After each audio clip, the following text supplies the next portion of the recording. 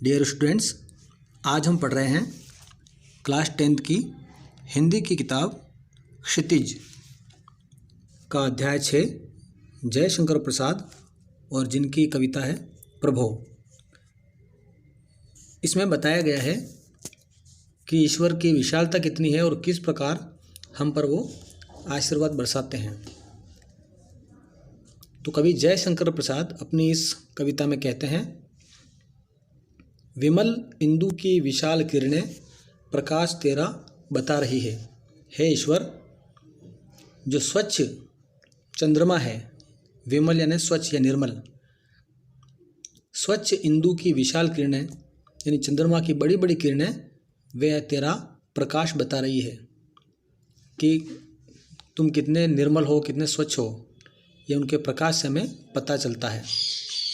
अनादि तेरी अनंत माया जगत को लीला दिखा रही है। तेरी जो माया है उसकी कोई शुरुआत नहीं है और न ही उसका कोई अंत है, यानी तुम्हारी माया अनंत है। अनादि तेरी अनंत माया, तुम्हारी माया का कोई अंत नहीं है, अनंत है। जगत को लीला दिखा रही है, तुम्हारी माया इस संसार को लीला दिखा रही है। प्रसार तेरी दया का कितना, ये देखना है तो देखे सागर। अगर तुम्हारी दया कितनी है, अगर ये देखना हो, और तुम्हारा प्रसार इस संसार में कितना है, अगर ये देखना हो तो इस सागर को देख लो। जितना विशाल सागर है उतना ही आपकी दया का सागर है, उतना ही तुम हमें दया बरसाते हो। प्रशंसा तेरी प्रशंसा का राग प्यारे तरंग मालाएं गा रही है। और तुम्हारी प्रशंसा को गाने के लिए उस समुद्र की जो लहरें हैं, तरंगे हैं, वे मालाएं गा रही है, तरंग मालाएं गा रही है। तेरी प्रशंसा का राग प्यारे तरंग मालाएं गा रही है। और तुम्हारी प्रशंसा को समुद्र की लहरें, उनकी तरंगे भी गीत गा रही हैं। अगली पंक्तियों में कहते हैं कि तुम्हारा स्मित हो जिसे निखरना। स्मित कहते हैं मुस्कान को, मुस्कुराने को। अगर तुम्हारी मुस्कुराहट को देखना हो तो वो देख सकता है चंद्रिका को, यानी तुम्हारी मुस्कुराहट चंद्रमा के समान सुंदर है। तुम्हारा स्मित जिसे निखरना, तुम्हारा स्मित हो जिसे निखरना, वो देख सकता है चंद्रिका को। जिसे तुम्हारी सुंदरता को देखना हो या तुम्हारी मुस्कुराहट को देखना हो, वो चांद को देख सकता है। तुम्हारे हंसने की धुन में नदियाँ निनाद करती ही जा रही है। और तुम्हारे हंसने की जो धुन है वो देखनी हो तो नदियाँ जो लहरा कर हमेशा घूमती रहती है या फैलती रहती हैं, बहती रहती हैं, तो नदियों की आवाज़ को हम सुनकर पता लगा सकते हैं कि तुम्हारी हंसी कैसी है। विशाल मंदिर की यामिनी में, यामिनी का मतलब होता है रात्रि में। अगर हमें रात्रि में विशाल मंदिर देखना हो और उसके अंदर जिसे देखना हो दीपमाला, अगर हमें विशाल मंदिर के अंदर दीप की मालाओं को देखना हो तो तारका गण की ज्योति उसका पता अनूठा बता रही है।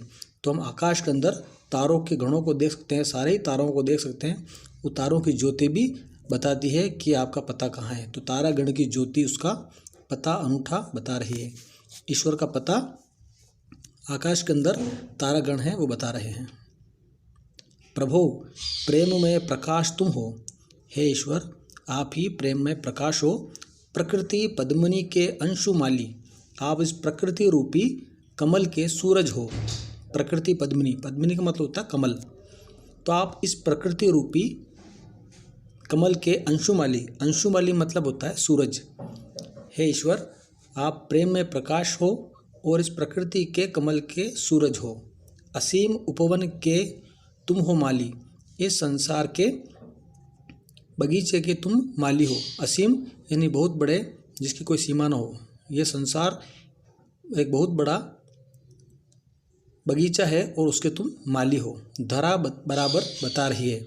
तो ये संसार है, धरती है, ये बता रही है कि संसार बहुत बड़ा एक उपवन है और उसके तुम माली हो। अगली पंक्तियों में, जो तेरी होवे दया दया निधि। हे ईश्वर, हे दया के सागर, जो तेरी होवे दया, हे इस दया के सागर, अगर आपकी दया हो जाए तो पूर्ण होता है मनोरथ। तो पूर्ण होता ही है मनोरथ। अगर आपकी दया हम पर हो जाए तो हमारा मनोरथ, हमारी कामनाएं, हमारी इच्छाएं जरूर पूरी होती हैं। सभी ये कहते पुकार करके, यही तो आशा दिला रही है। सभी यही लोग पुकार पुकार के आपको आवाज़ करते हैं और यही हमारे मन में आशा रहती है कि हमारी इच्छा ज़रूर पूरी होगी, क्योंकि आप दया के सागर हैं। इस प्रकार हमारी यह कविता समाप्त होती है।